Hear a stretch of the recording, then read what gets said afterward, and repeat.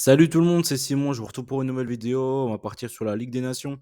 Je vous ai fait des petits pronostics sur tous les matchs, encore une fois. Bon, je vous ai mis les scores exacts de tous les ligues A, B, C et D. Les ligues C et D, je les ai regroupées en un seul tableau, du coup, comme il y a avec deux matchs dans la Ligue D. Donc voilà ce qu'il en est. Ouais, les pouces et tout, là, ce week-end, c'était pas terrible. Alors que bon, il y a eu énormément de scores exacts, etc. Donc bon, un peu incompréhensible. Du coup, je vous ai mis un petit objectif de 200 pouces si vous voulez la journée 2, tout simplement, de Ligue des Nations. Allez, on commence, c'est parti. Portugal, Croatie, premier match. Deux équipes qui nous ont vraiment très déçus lors du dernier Euro. Les Portugais, ok, ils auraient certainement dû passer contre l'équipe de France quand même, mais dans la globalité, sur la compétition, je ne les ai pas trouvés très bons. Voire même pas bon du tout. Cristiano Ronaldo à côté de ses pompes. Après, lui, il fait son âge. Est-ce qu'on peut vraiment lui en vouloir? Non. Ce que je comprends pas, c'est comment c'est possible qu'il soit encore titulaire dans cette équipe. C'est plus un problème de coach, je pense, qu'autre chose. Le vrai souci. Donc, voilà. Voilà. Et les Croates, on a bien vu que vraiment, ils se faisaient vieux. Ils se faisaient tous à peu près un peu vieux. Donc, une équipe un peu sur le déclin. Là encore. Pour ce match-là, c'est difficile de prédire un résultat. Je pense que, enfin, c'est les deux favoris du groupe, forcément. Les deux devraient faire un ou deux et un, donc on ne sait pas trop. Je pense que les Portugais à la maison ont quand même un cœur de faire quelque chose de bien, donc j'ai mis un petit avantage pour les Portugais de but à 1 contre les Croates. Après, les Écossais contre les Polonais qui ont montré quand même un peu plus de choses que les Écossais lors de l'Euro. Les Écossais, c'était horrible de chez horrible, hein. Vraiment, je pense que c'était la pire équipe présente lors du dernier Euro. Et les Polonais, ils ont montré à peine plus de choses, notamment contre la France. Ils ont fait quelques bonnes choses par séquence, mais c'est peut-être pas non plus très transcendant et loin de là, au fait. C'est un peu décevant quand même les Polonais aussi par rapport à leur effectif, notamment leur milieu de terrain. Je comprends pas comment ils peuvent pas garder un peu plus la balle que ça. C'est pas terrible. Contre les Écossais, je pense que ça va être un peu un match en bois. C'est toujours difficile de jouer aussi en Écosse. Donc je suis parti sur un match nul, mais petit avantage pour les visiteurs quand même sur ce match-là. Serbie-Espagne. Serbie-Espagne. Les Espagnols, du coup, qui étaient tenants du titre de la Ligue des Nations, qui viennent de gagner l'Euro. Franchement, je les ai mis vainqueurs. Contre les Serbes, j'ai mis 3 buts à 1 pour les Espagnols contre les Serbes. Les Serbes, on a bien vu encore une fois contre l'Euro. C'est une équipe de mercenaires, hein. Il y a beaucoup de joueurs d'Arabie Saoudite, etc.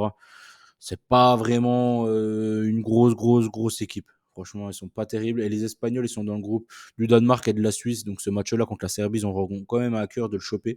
Parce que Danemark et Suisse, c'est pas facile à jouer. Surtout les Suisses, hein, lors de cet Euro, ils ont fait un super bon Euro. C'est peut-être certainement l'équipe surprise de l'Euro, avec un peu la Géorgie, mais bon, à degré moindre, hein, parce que les Suisses, vraiment, ils ont tenu tête à tout le monde, du début à la fin, que les Géorgiens, quand même, ils y arrivaient par séquence, en phase de transition rapide, etc., en envoyant Kvaratskhelia et Mikotadze, etc., en contre-attaque. Mais sinon, pour développer du jeu, il n'y avait rien. Donc, franchement, la Suisse, c'était vraiment l'équipe coup de cœur. Donc, attention quand même à l'Espagne de bien rentrer dans la compétition en Serbie. Et je pense qu'ils devraient pouvoir le faire. Donc, j'ai mis 3 buts à 1 pour les Espagnols. Les Danois contre les Suisses. Comme je l'ai dit, les Suisses, moi, j'ai bien kiffé. Les Danois à domicile, c'est pas mal. C'est pas mal. C'est pas non plus énorme. Et si je suis opté pour un match nul, un but partout, les Suisses, ce serait bien pour eux de repartir avec quelque chose du Danemark. Franchement, moi j'ai été agréablement surpris, comme je vous l'ai dit. Je trouve que Yakin, c'est un entraîneur pas terrible, mais là, ce qu'il il a fait lors de cette compétition, vraiment, j'ai été surpris, très agréablement surpris par cette équipe suisse. C'est peut-être une des plus sympas à regarder jouer, vraiment. Ils se sont fait éliminer, ils auraient dû passer contre les Anglais et de loin. Les Français contre les Italiens, en parlant de jeu dégueulasse, là je pense qu'on a vraiment le pompon du pompon. L'équipe de France, on va pas revenir sur leur jeu horrible. Et l'Italie, franchement, ça fait bien longtemps qu'on les a pas vus bien jouer. L'euro du Covid, là, peut-être. Bon, puis encore, hein, c'est un euro un peu tronqué, etc. Mais là, de l'euro, je pense que eux, c'était une équipe affreuse. Ils ont fait une bonne chose contre l'Albanie en première mi-temps, ils ont bien joué. Et tout le reste, c'était le néant total. Vraiment le néant total du début, enfin jusqu'à la fin.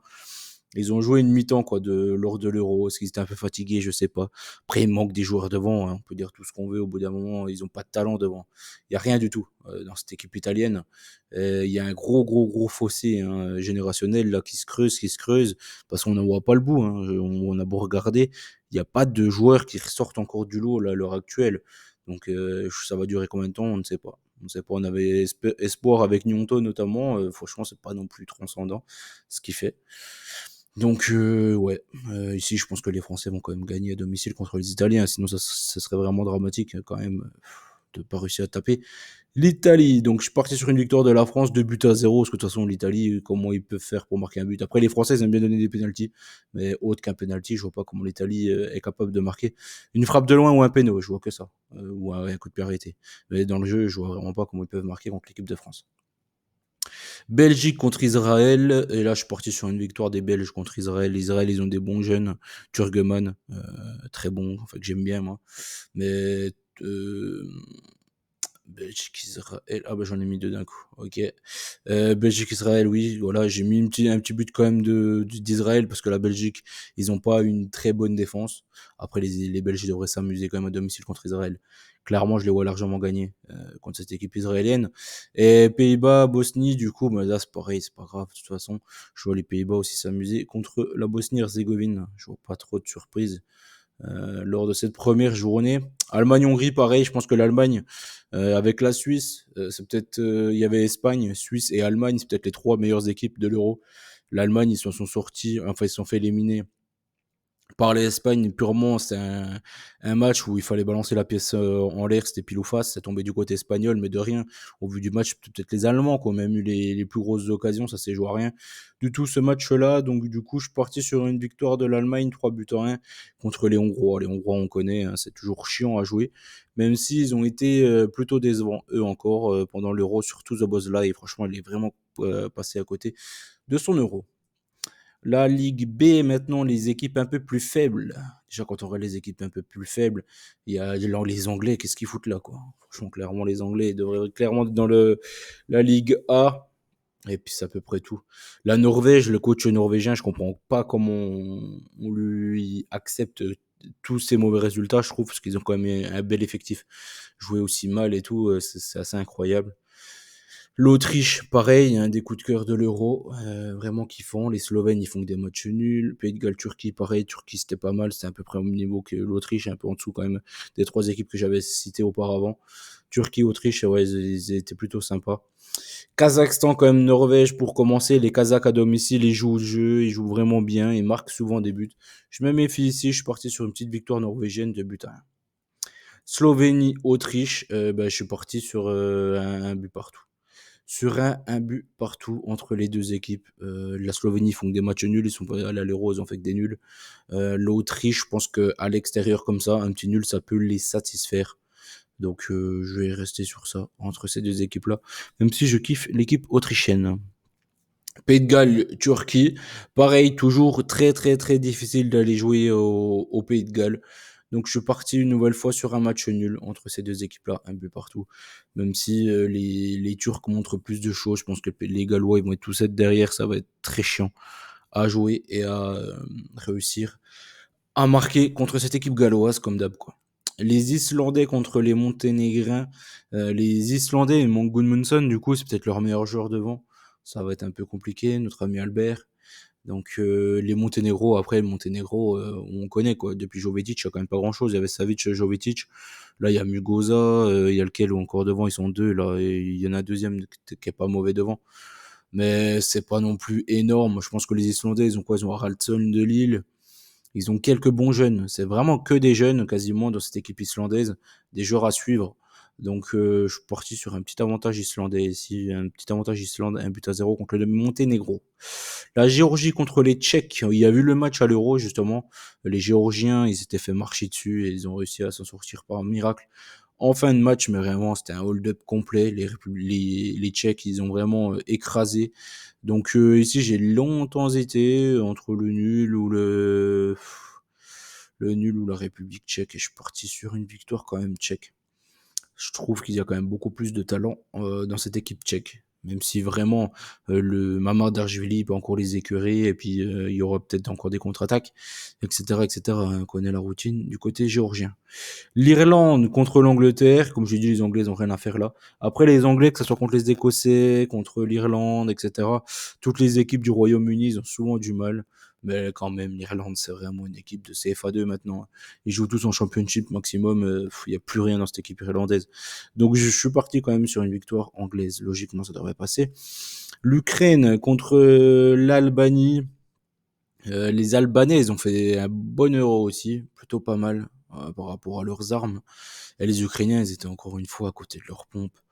Mais là, je suis parti sur une victoire ukrainienne quand même. Contre les Albanais, ça va vite compliqué là encore.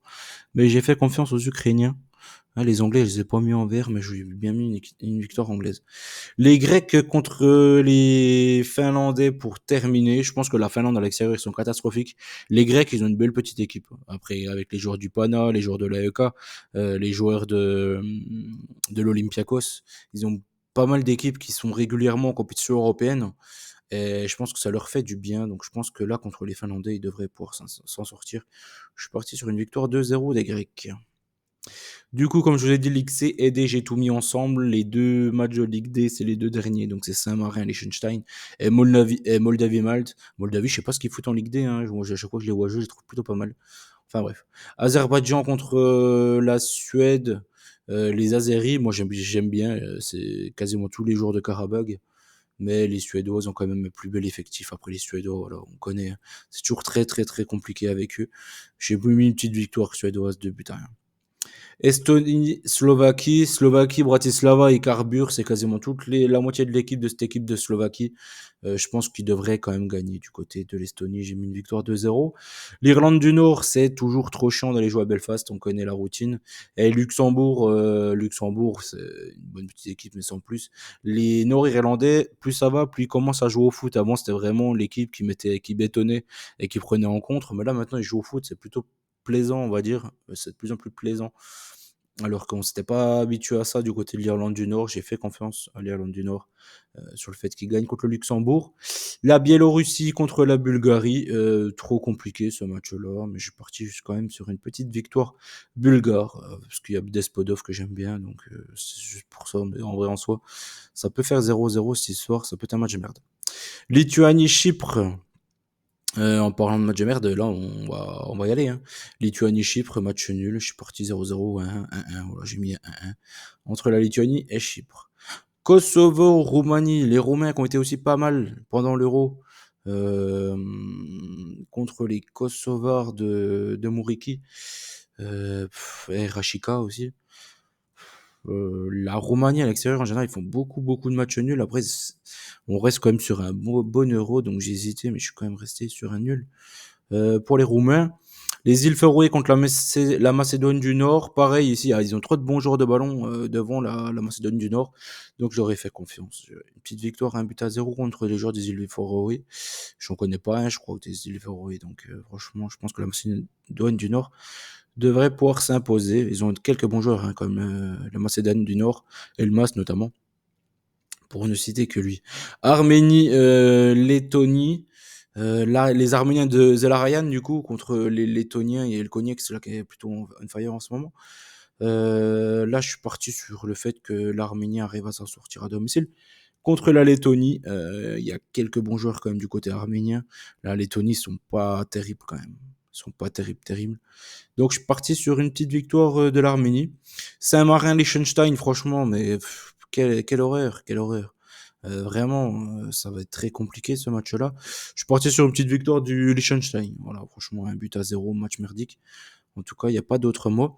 Et Moldavie-Malte, comme je l'ai dit, moi, pour moi, les Moldaves, ils ont rien à faire dans cette Ligue D. En tout cas, ils sont pas du niveau de ces équipes-là. Ils sont quand même un peu au-dessus. En plus, Nicolas Iscu, là, qui a marqué avec Erenven encore ce week-end. C'est un super joueur, un bon neuf devant, qui est tout le temps handicapé par les blessures. Mais sinon, je pense qu'il jouera dans un club un peu plus huppé que ça.